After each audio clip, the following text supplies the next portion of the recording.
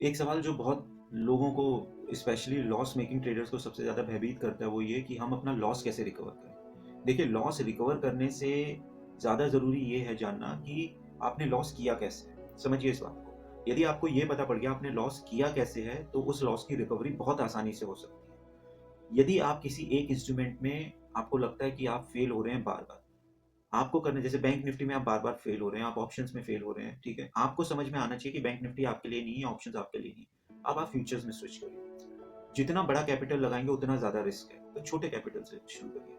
Loss recovery के लिए कभी भी टाइम निर्धारित मत करिए।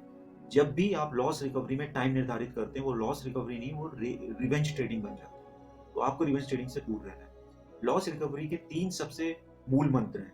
पहला, अगर आपने अपने लॉस का कारण पता कर लिया, तो वो कारण रिपीट नहीं होना चाहिए। आपको या तो वो ट्रेडिंग स्टाइल छोड़ना पड़ेगा या उस इंस्ट्रूमेंट को छोड़ना पड़ेगा। दूसरा, लॉस रिकवरी के लिए कभी भी इमीडिएटली वापस ट्रेडिंग ना करें। टाइम सबसे बड़ा फैक्टर है लॉस रिकवरी में। सो जब आपके इमोशंस बिल्कुल सेटल हो जाएँ, जब आप उस लॉस को अच्छे से एक्सेप्ट कर चुके हो, तब आपको क्या कहते हैं वापस ट्रेड करना है, ठीक है? और तीसरा सबसे इम्पोर्टेंट कैपिटल। लॉस रिकवरी में हम सोचते हैं कि सपोज़ हमारा 1 लाख का लॉस हो गया, let's take an example 1 lakh का लॉस हो गया, तो हम सोचते हैं अच्छा 1 लाख का लॉस हुआ है, मैं 1 लाख लगाता हूँ, अगर मेरे को 100% रिटर्न मिल गया तो ये एक ही बार में हो जाएगा। ऐसा नहीं करना है।